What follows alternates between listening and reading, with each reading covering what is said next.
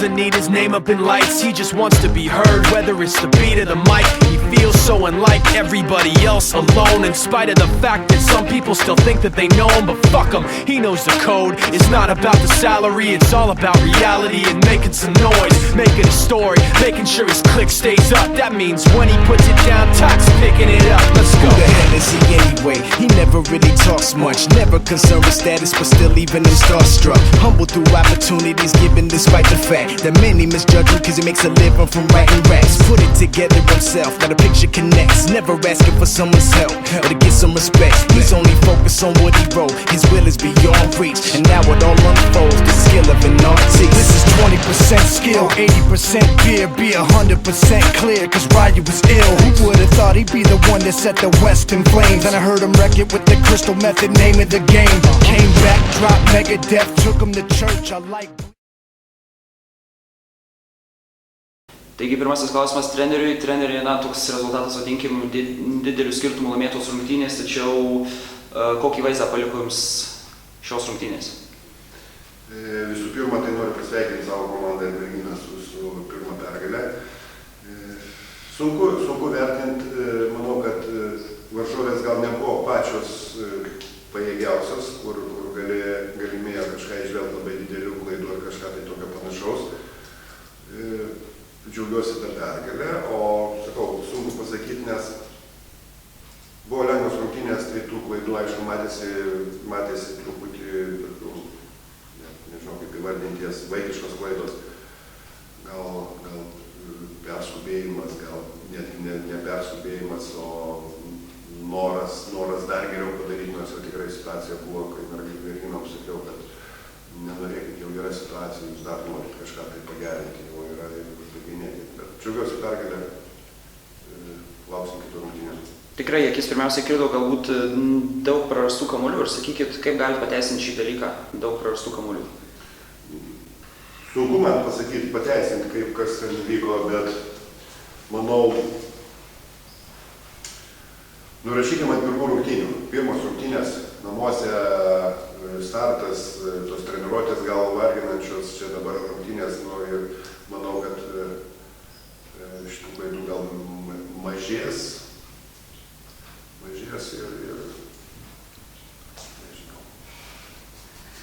Treneri, dar sakykit, gan greitai susikrovėte triuškinančią persvarą ir sakykit, ar tai jums padėjo išbandyti kitas galbūt žaidėjas, kurios nėra starto penkito žaidėjos ar vedančios žaidėjos, ir ar tas triuškinantis rezultatas išėjo į naudą, jog galėjote išbandyti kitas variacijas ar galbūt paieškoti kitų jaunų žaidėjų?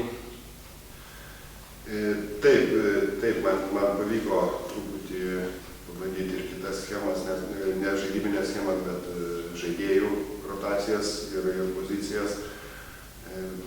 Bet neįskirčiau aš, kad čia yra startinis, pas mus yra labai lygiavertė komanda ir manau, kad yra apie 10 žmonių, kur visos yra 10 žmonių yra starto penketo žaidėjas.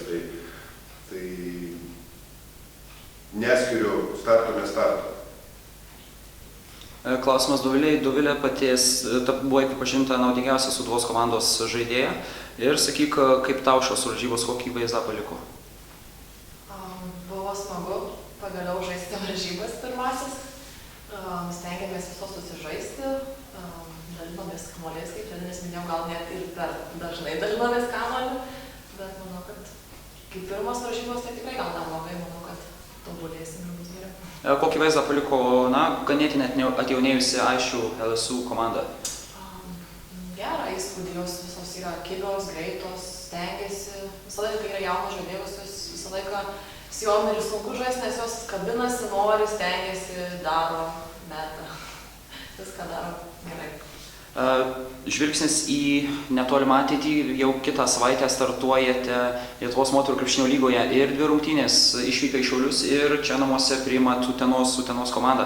Treneris, sakykit, kaip ruošitės toms 2 savaitgalio rungtynėms? Šiaulių komanda, nežinau, bet pagal sudėtį turbūt irgi nėra viena iš tų stipriausių, bet kaip panelėm sakau, nereikia nurašinėti, reikia vertinti ir gerbti kiekvieną varžovę. Tai ruošimės pagal įprastą planą, o Šiaulių Utena pagal sudėtį tikrai yra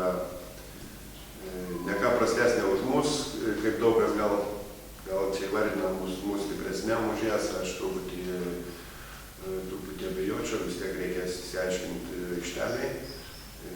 Sudėtis tiek jų, tiek mūsų yra apylygė. Manau, kad kažkas specialaus kol kas ruoštis gal nesiruošiam, ruošimės pagal savo seną planą nustatytą ir žiūrėsim. Į varžybos galbūt tokios, kur nėra daug ką pakomentuoti, bet visgi kaip vertinat šias rungtynes? Na, aš vertinu tai, kad tai yra mums dar pasiruošimas kaip ir moterų lygos čempionatui. Mes sužaidėm tik dvi draugiškas, ta Baltijos lyga, kažkaip netikėtai mes joje ar nusprendėm, ar valdyba dalyvauti, bet tuo džiaugiamės, tai yra patirtis jaunom žaidėjom ir vertinu, kad mes dar ruošimės, daug kas mums dar neišeina, prieš žaidėm su stipria komanda, vicečempionė moterų lygos, o mūsų komanda atjaunėjo stipriai. Tai aš vertinu, kad tai yra daug taisyklingų dalykų ir mes juos spręsim ateityje. Visgi matėme ir gerų epizodų Kauno komandoje ir daug perimtų kamuolių. Sakykit, kokių gerų dalykų žvelgėt šiuose rungtynėse? Jūs ir paminėjote, tai geri dalykai yra, kad tikrai merginos aktyviai gynėsi, jos tą darys visą sezoną. Man patiko tai ir aikštės gynyba momentais, kur Sūduva Mantinga gal negalėjo išmest kamuolį į krepšį, tai aišku, aš jaunom žaidėjom tai pagiriu, sveikintina. O asmeninėje gynyboje truputį nusileidžiam ir ūgiu, ir fizinė jėga, ir meistriškumo tai yra sunkiau, bet tas noras jau, aš manau, su kiekvienam varžybom, ar moterų lygų, ar Baltijos, jos pasisems daug patirties. Klausimas Ievai. Ieva, sakyk, kaip tau viskas atrodė būnant aikštelėje, paties tapai naudingiausia komandų žaidėja ir sakyk, ar trūko palaikymo iš komandos draugų?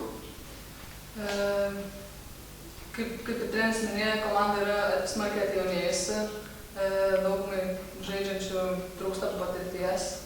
Tai galbūt Sūduva buvo tiek fiziškai, tiek psichologiškai stipresnis. Tai manau, ateityje viskas bus